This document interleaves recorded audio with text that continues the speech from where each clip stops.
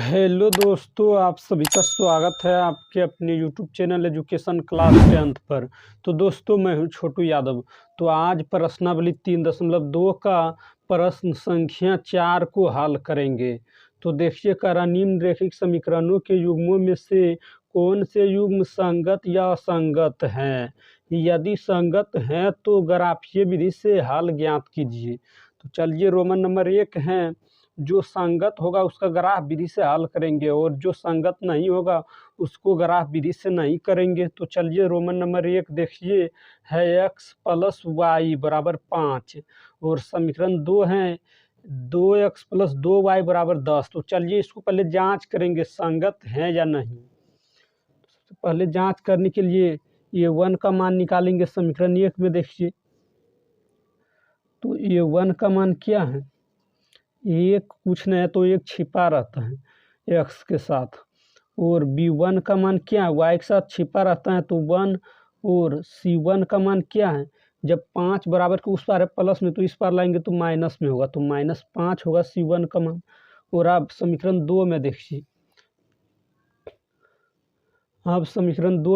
तो समीकरण 2 में ये 2 का मान क्या है, 2, और b2 का मान क्या है, b2 का मान भी 2 है, और C2 का मान देखिए, C2 का मान 10, जब बराबर के उस पार है प्लस में तो इस पार करेंगे तो माइनस में 10 होगा, -10। और आप देखिए निकालेंगे, ये 1 का मान देखेंगे तो ये 1 बट्टा ये 2 लेंगे तो ये 1 क्या है 1, और ये 2 2, तो 1/2 आएगा। और आप B1 बट्टा B2 लेंगे तो B1 बट्टा B2, तो B1 बट्टा B2 लेंगे तो B1 क्या है 1 और B2 2, तो ये भी 1/2 होगा।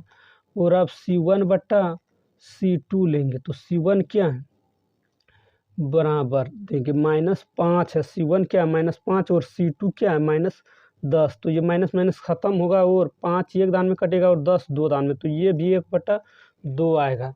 तो यहाँ लिख देंगे सभी तीनों देखिए बराबर है, A1 बट्टा A2 1/2, B1 बट्टा B2 1/2, C1 बट्टा C2 1/2, तो यहाँ लिख देंगे तीनों बराबर है, तो लिख देंगे A1 बट्टा A2 बराबर B1 बट्टा B2 बराबर C1 बट्टा C2। तो लिख देंगे अतः यह समीकरण संगत है। इस स्थिति में जब तीनों बराबर होता है, देखिए A1 बट्टा A2 बराबर B1 बट्टा B2 बराबर C1 बट्टा C2, जब इस स्थिति होता है तो संगत होता है। तो लिख देंगे अतः यह समीकरण संगत है। तो जब संगत है तो इसको ग्राफ विधि से हल करेंगे। तो चलिए ग्राफ विधि से हल करते। तो देखिए, लिखेंगे समीकरण 1 से, लिखेंगे समीकरण 1 से, तो समीकरण 1 देखिए क्या है, x + y = 5, लिखेंगे x + y = 5। तो लिखे आप x = 0 रखेंगे, कुछ भी रख सकते हैं लेकिन 0 रखेंगे, तो चलिए 0 रखते हैं x बराबर। तो जब x = 0 लिखेंगे रखने पर, x = 0 रखने पर, तो x की जगह पर 0 करिए, तो x की जगह पर 0 होगा और प्लस, तो देखिए x की जगह पर 0 करेंगे तो 0 + y बराबर क्या होगा 5, 0 + y = 5, तो ये 0 जब जोड़ेंगे y में तो उतना ही होगा, तो y का मान क्या निकलेगा 5, और अब y = 0 रखने पर लिखेंगे, y = 0 रखने पर, तो देखिए समीकरण 1 में x लिखेंगे, x और y की जगह पर 0 करेंगे तो x + 0 = 5, तो 0 जोड़ेंगे x में तो उतना ही रहेगा, 0 का कोई वैल्यू नहीं होता है, तो x बराबर क्या होगा 5।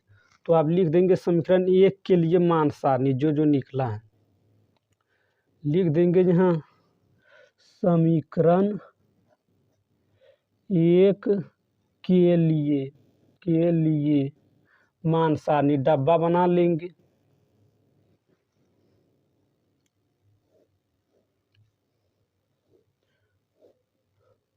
तो देखिए मैं इस तरह का बना लिया डब्बा। तो एक्स वाई, जब एक्स में 0 रखे हैं तो वाई का मान कितना निकला 5, तो वाई में 5 देंगे। और जब वाई में हम 0 रखे हैं तो एक्स का मान क्या निकला 5, यानी दोनों का 5 5 आया। आप समीकरण 2 से चलेंगे तो अब ये समीकरण 1 का मान सारे निकल गया। आप समीकरण 2 से चलेंगे तो लिखेंगे समीकरण 2 से, समीकरण 2 से। तो समीकरण 2 क्या है, समीकरण 2 देखिए क्या है, 2x + 2y = 10। तो यहाँ लिखेंगे 2x + 2y = 10। तो अब लिखेंगे x = 0 रखने पर तो जब 0 रखेंगे तो क्या होगा, 2 गुना x जगह पर 0 + 2y, तो ये 2 तो 0 हो जाएगा। तो 0 + 2y = यहाँ 10 है तो देखिए 10 बराबर 10। तो बराबर 10 जब 0 जोड़ेंगे तो उतना ही होगा। तो 2y = 10। तो ये 2 से कट जाएगा कितना दान में, 2 से कट जाएगा 10 5 दान में। तो y का मान क्या निकलेगा 5। तो यहाँ लिखेंगे, यहाँ लिख देते हैं y = 5 निकल गया। आप y = 0 रखने पर लिखेंगे। तो y = 0 रखने पर, तो y = 0 रखेंगे तो समीकरण देखिए कितना है, समीकरण 2 देखिए 2x + 2y = 10 है। तो y की जगह पर हम 0 लेंगे तो लिखेंगे, पहले लिख देंगे 2x है और प्लस 2y = 10 है। तो प्लस 2y की जगह पर 0 करेंगे और बराबर 10 है। तो ये तो 2 खत्म हो जाएगा, 0 होगा तो लिख देंगे 2x, ये 0 गुना करेंगे तो 0 = 10। तो 0 जोड़ेंगे तो 0 का कोई वैल्यू नहीं होता है। तो लिख देंगे यहाँ 2x = 10। इसको गुना में है तो भाग में ले जाएंगे 2 को। तो x बराबर क्या होगा 10/2। या तो यहीं से भी कटा सकते हैं या तो भाग में ले जाकर काटा सकते हैं। तो देखिए हम 2 गुना में है तो भाग में गया तो ये कट जाएगा 5 दान में, यानी x का मान क्या निकलेगा 5। तो अब लिख देंगे समीकरण 2 के लिए मान सारणी। तो लिखेंगे समीकरण 2 के लिए मान सारणी, डब्बा बना लेंगे। तो देखिए मैंने बना लिया इस तरह का। तो ये x, ये y, जब x में 0 रखे हैं तो y का मान क्या निकला, देखिए जब x में 0 हम रखे हैं, यहाँ देखिए x में 0 रखे हैं तो y का मान क्या निकला 5। तो 5 देंगे, x में 0 रखे हैं तो y का मान 5 निकला। जब x में 0 रखे तो y में 5 है, और जब y में 0 रखे हैं तो x का मान क्या निकला 5, यानी दोनों 5 5 हैं। तो इसमें भी 5 लिख दिए। तो चलिए आप ग्राफ खींचेंगे। तो आइए ग्राफ खींचते हैं।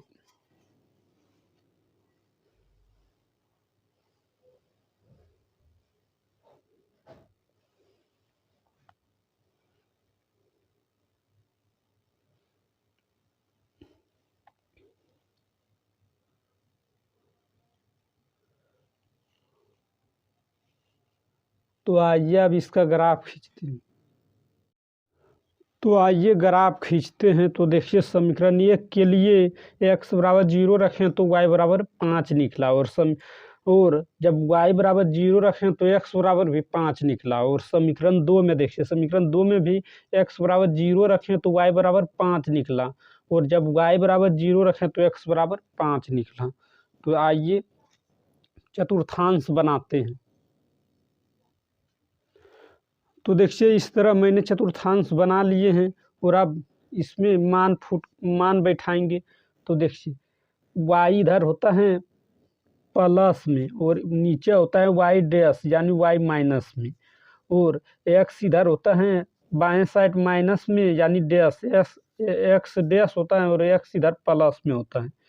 और आप देखिए लिखेंगे मान, तो इधर प्लस में होता है तो +1 देंगे, +2 +3 +4 +5 +6 और इधर y ऊपर ऊपर साइड होता है प्लस में y, तो +1 देंगे, +2 देंगे, +3 देंगे, +4 देंगे, +5 देंगे।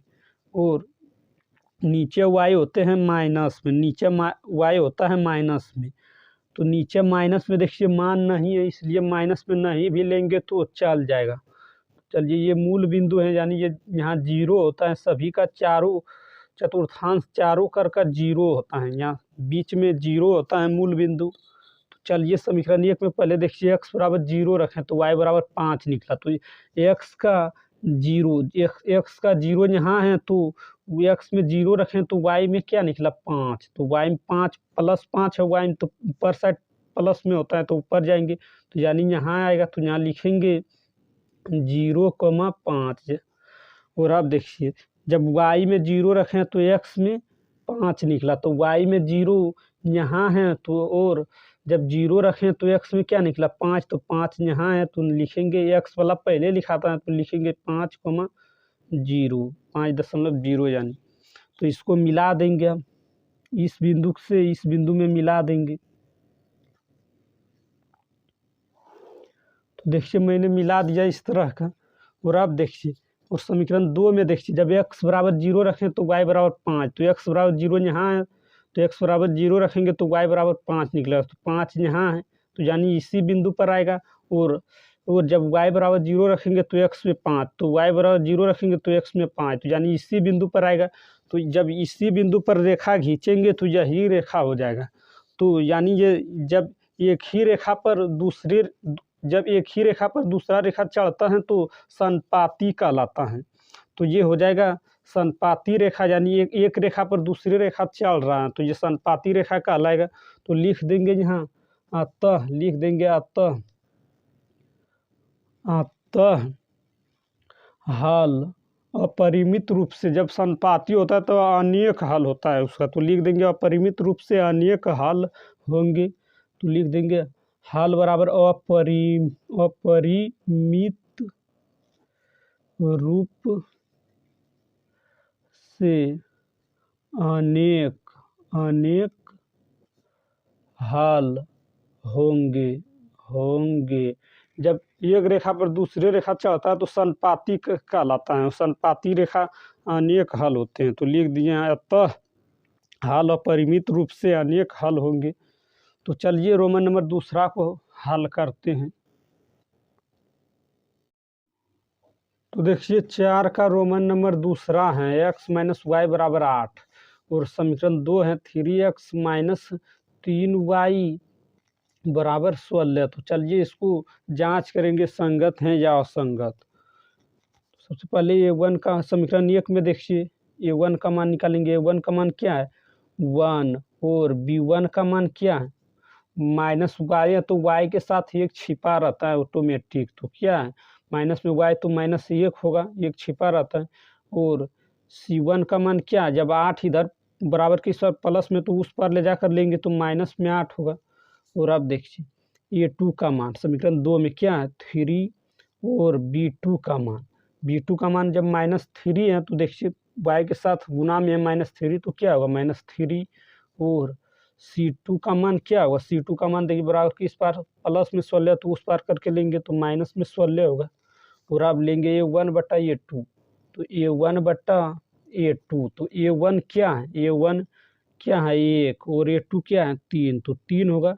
और आप लेंगे b1/b2, तो b1 क्या है -1 और b2 क्या है -3, तो ये भी माइनस कट गया तो क्या आएगा इसका 1/3 आएगा। और आप लेंगे c1/c2, तो c1 क्या है -8 देखिए c1 है -8 और c2 क्या है -16, तो ये माइनस कट जाएगा तो ये 8 ये कटाएंगे तो ये 8 एक दान में कटेगा और 16 दो दान में, तो इसका क्या आएगा 1/2, यानी एक दान में कटेगा 16 दो दान में, 8 एक दान में और 16 2 दान में कटेगा तो 1/2 आएगा। तो देखिए यहाँ A1/A2 1/3 है और B1/B2 भी 1/3 है, यानी A1/A2 बराबर है B1/B2, लेकिन C1/C2 नहीं है। देखिए ये 1/2 है, ये 3/2 3/2 बराबर है, लेकिन 1/2 बराबर नहीं है। तो यहाँ लिख देंगे A1/A2 बराबर B1/B2 बराबर नहीं है C1/C2। तो इस स्थिति में ग्राफ क्या होता है?